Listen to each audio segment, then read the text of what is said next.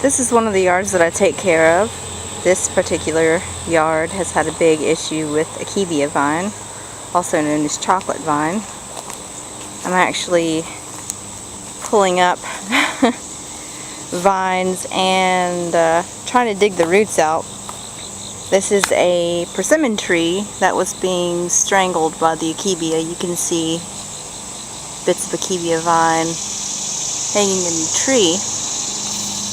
But let me show you what the Akebia vine looks like. This is what the leaves look like, and it makes a mat of vines. And interestingly enough, the root has these sections where they send in a taproot, and then they send out these vines, and when you pull them, they break off at the taproot, and then you have to dig the taproot out. So it'll send down a taproot, shoot out a vine, and then send down another taproot, shoot out a vine. And sometimes it'll like 2 or 3 vines coming out in one spot. But look at all of this, well, most of it is Akebia. It used to be climbing up into the trees. You can see the trees there with the Akebia, dead Akebia vines in it. There was a fig hiding in there. And we pretty much, she had to cut down a lot of trees and bushes to try to stop the Akebia. And it'll just climb up whatever it can to get into whatever it can. It's pretty horrible stuff. And my job is to keep it away from her important stuff until she can deal with the Akebia. And you can see here that it's kind of growing up on her irises. I've got to pull that stuff out.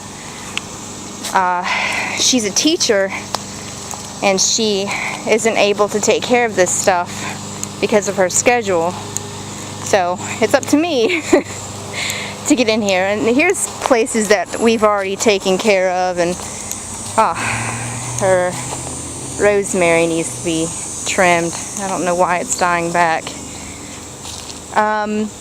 But yeah, so this is one of the yards that I take care of.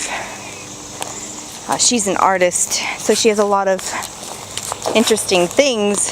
But in her yard, she has a lot of like old-fashioned and antique flowers, like this antique or heirloom marigold. And then she likes things like this is, I can't remember what type of goldenrod, but she likes goldenrods and things like that. And anything that'll give her birds. She also has another weed plant in this yard. It's called, I hope I'm not making you sick with all this camera movement, but it's a paper mulberry. And this thing also sends down a taproot, and then from that taproot, it'll send out another root and then send down another taproot and grow a completely new mulberry. And that'll keep going. See, there's a mulberry, and then it'll send out more. And they just kind of grow in these patches. But it's used in paper making, and she's in bookbinding arts by trade. So her mother thought it would be a nice idea to put paper mulberries in the yard, but they're very invasive. So she has invasive paper mulberries, invasive Akebia vines, and among other things, smilax. She also has smilax and, what is that one? Hackberry. And yeah, it's kind of like a battle fighting the Akebia. I've already been working an hour, and this is it. This is what I've gotten out. I mean, I'm getting these roots out, and it just takes a lot of time to dig them out, because if you don't dig them out, I'll show you what happens.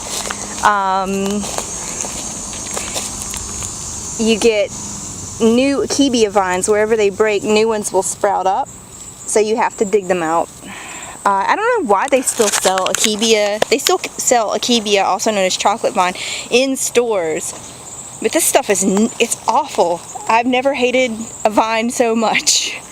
I guess I should look up and see if there's any redeeming qualities. Maybe it's edible, I don't know. I'll have to look that up and get back to you on that. But yeah, this is one of my yards. I say my yard, but one of the yards I take care of. Bye.